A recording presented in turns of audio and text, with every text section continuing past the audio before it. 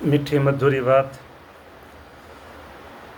170 ભાગ આવ્યા અને તારીખ 1/6/2026 વચનામું ચાલે છે મધ્યનું 63 એમાં જીવને બળ પામવાની વાત હતી. કાલે આપણે આગલી કથામાં જોયું બરાબર. એમાં એવું કે પોતાનો આત્મા તે આત્માપણે રહેવું, પણ ઇન્દ્રિયો અને અંતઃકરણ ભેળું ભળવું નહીં. ઇન્દ્રિયો 5 ખાસ, આમ 10 છે પણ 5 ગણી, અને 4 અંતઃકરણ, એના ભેગું ભળવું નહીં. એવી રીતે સત્તારૂપ એટલે સત્તારૂપ એટલે આત્મા રૂપે વર્તવું બરાબર. રહેતા થકા એનો જીવ બળને પામે છે, જીવમાં બળ આવે છે. પછી કહે છે એથી પણ સમજો, આ વાત રિપીટ એટલા માટે થાય છે અગત્યનું છે, એટલે કાલે થઈ ગઈ હતી. એથી પણ બળ પામવાનો એક અતિશય મોટો ઉપાય છે જે ભગવાન સ્વામિનારાયણ ભગવાન જે કંઈ વાત કરે છે ને, બળ પામવા, જીવને બળ પામવાની વાત છે, જીવને તાકાતવાન બનાવવાની વાત છે. હા, કે ભગવાન અને ભગવાનના જે સંત તેને વિશે જેને પ્રીતિ હોય ને તેની સેવાને વિશે અતિશય શ્રદ્ધા હોય ને ભગવાનની નવધા ભક્તિ યુક્ત હોય તેના જીવને તો તત્કાળ બળ આવે છે. તત્કાળ બળ આવે છે.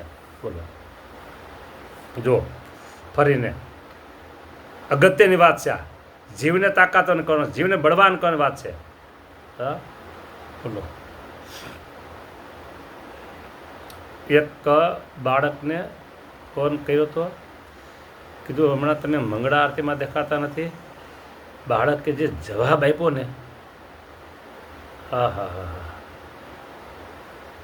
એ કે વેકેશન છે ને, સાંભળો, વેકેશન છે ને એટલે રાતના મોડા સુધી અમે ટીવી અને મોબાઈલમાં જોતા હોય છે. બધું નિર્દોષ બાળક રાતના મોડા સુધી ટીવી અને મોબાઈલમાં હોય, મોડા સુધી. બાળક કેમ કહે છે? એટલે પછી સવારે મોડું ઉઠે એટલે નથી આવતા કે વેકેશન છે એટલે. મેં કીધું આ તો નુકસાન જ થતું. કે હા, કે કહેવાય તો નુકસાની કે.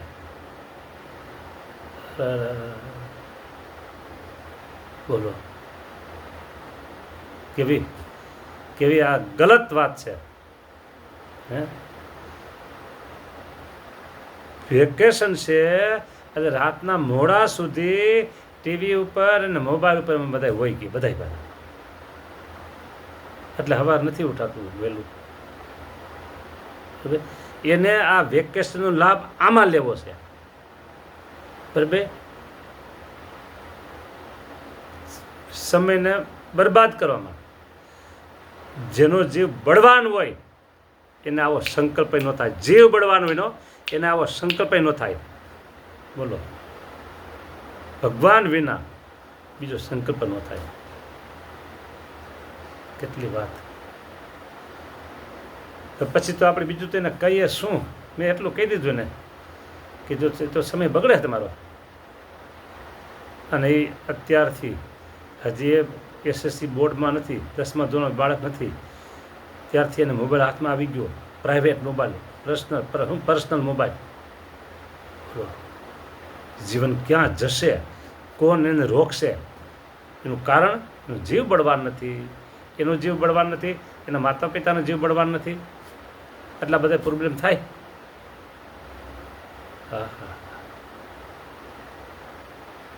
બોલો,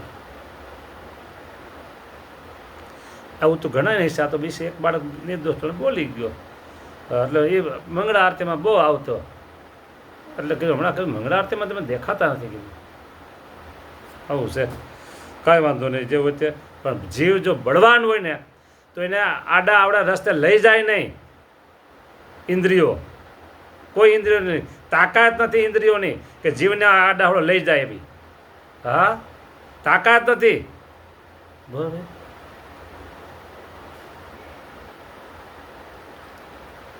આવી વાતો છે.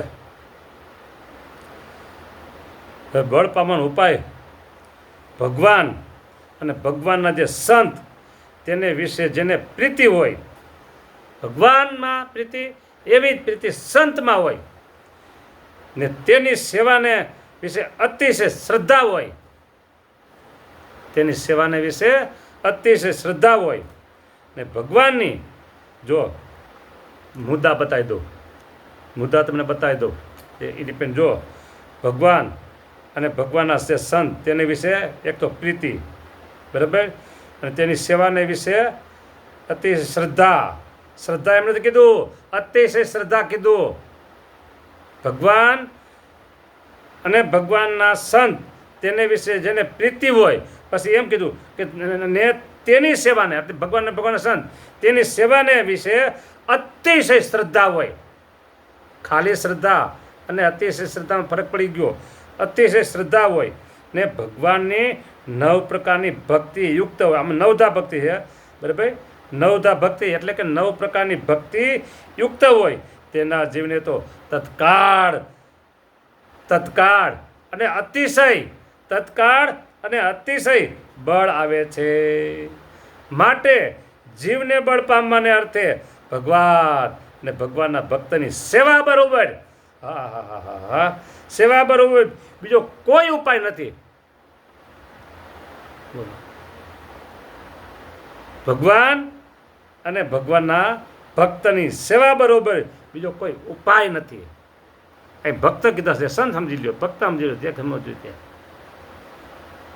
બોલો, આવી વાતું છે. હા, જોરદાર જોરદાર જોરદાર જોરદાર જોરદાર જોરદાર. જો એક તમને કહું, એક જ તમને કહું, સ્વામિનારાયણ ભગવાન સર્વોપરી છે. 1000%, લાખ ટકા, કરોડ ટકા એમાં શંકાને સ્થાન નથી, બરાબર. કરોડ ટકા કયો ભગવાન સ્વામિનારાયણ સર્વોપરી છે, સર્વે અવતારોના અવતારી છે, સર્વના કારણ છે, બરાબર. છતાંય શાસ્ત્ર પ્રમાણે ગીતા, ભાગવત, રામાયણ અને મહાભારત એ શાસ્ત્ર પ્રમાણે ભગવાન સ્વામિનારાયણે સાધુઓને હારોહાર રાખ્યા છે. બોલો, વચનામૃતમાં સાધુઓને હારોહાર રાખ્યા છે. ઘણી જગ્યાએ એવું છે, સાધુનું કથા વાર્તામાં સાધુનું ક્યાંય નામ નિશાન ન આવે. આખું વરસ વહી જાય તો એક વખત સાધુનું નામ ન આવે. બોલો, એલર્જી એને હોય, બોલે નહીં, માનસિક હોય, સાધુનું નામ ન આવવું જોઈએ. અને કદાચ વાંચતા હોય તો સીધું વાંચી જાય, એની પર વિવેચન કે ભારનું પણ દે. આ કેમ કીધું કે ભગવાન અને ભગવાનના ભક્ત, બરાબર, ભગવાન અને ભગવાનના ભક્ત એની સેવા બરોબર બીજો કોઈ ઉપાય નથી. આમ અત્યારે આપણે આને ભાર દઈશી, એમ અમુક મંડળો ભારપૂર્વક દેતા વાંચી જાય રનિંગ પ્રમાણે, ભાર ન દે, ઉપસાવે નહીં વાતને, ઉપસાવે નહીં. જેમ કોમ્પ્યુટરમાં બધું ટાઈપ કરે ને, એટલે એમાં છે અત્યારે મોબાઈલમાં એવું છે, ટાઈપ કરે એમાં બોલ્ડ કરે, બોલ્ડ એટલે કાળા અક્ષર, ઘાટા અક્ષર બોલ્ડ કરે, એટલે એમ કે કાંઈક અગત્યનો શબ્દ છે, અગત્યની વાત છે, અગત્યની લાઈન છે. એમ અમુક મંડળમાં સાધુને બિલકુલ નામ આવવા દે, ક્યાંય ન આવવા દે. બાળ મંડળ હોય કે યુવક મંડળ હોય કે ગમે તે દૈનિક સભા હોય કે માસિક સભા હોય, સાધુનું નામ ન આવવું જોઈએ. વચનામૃત વાંચે ને આવે એટલે સીધું બરાબર વાંચે, ભાર ન દે, ઉપસાવે નહીં વાતને. કારણ કે અહીંયા સાધુ હોય ને એની પાસે કેનું નામ દે.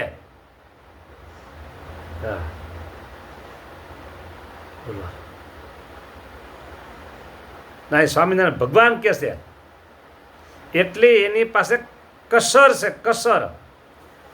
એ કસર આત્યંતિક કલ્યાણમાં પણ નળે એવી છે. સમજાય નહીં, એને જ સમજાય નથી વાત. બોલો, એના જીવમાં જો સંત મહિમા, એના જીવમાં જો ભક્ત મહિમા હોય તો તરત બહાર નીકળે.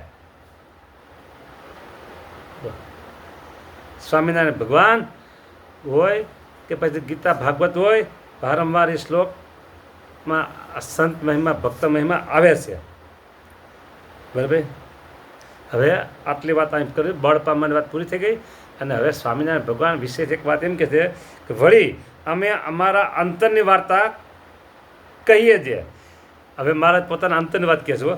જ્યારે અમે 69 સાલમાં માંદા થયા હતા ત્યારે અમને કૈલાસ અને વૈકુંઠ દેખામાં આવ્યા ને નંદીશ્વરની અસવારી ને ગરુડની અસવારી પણ અમે કરી.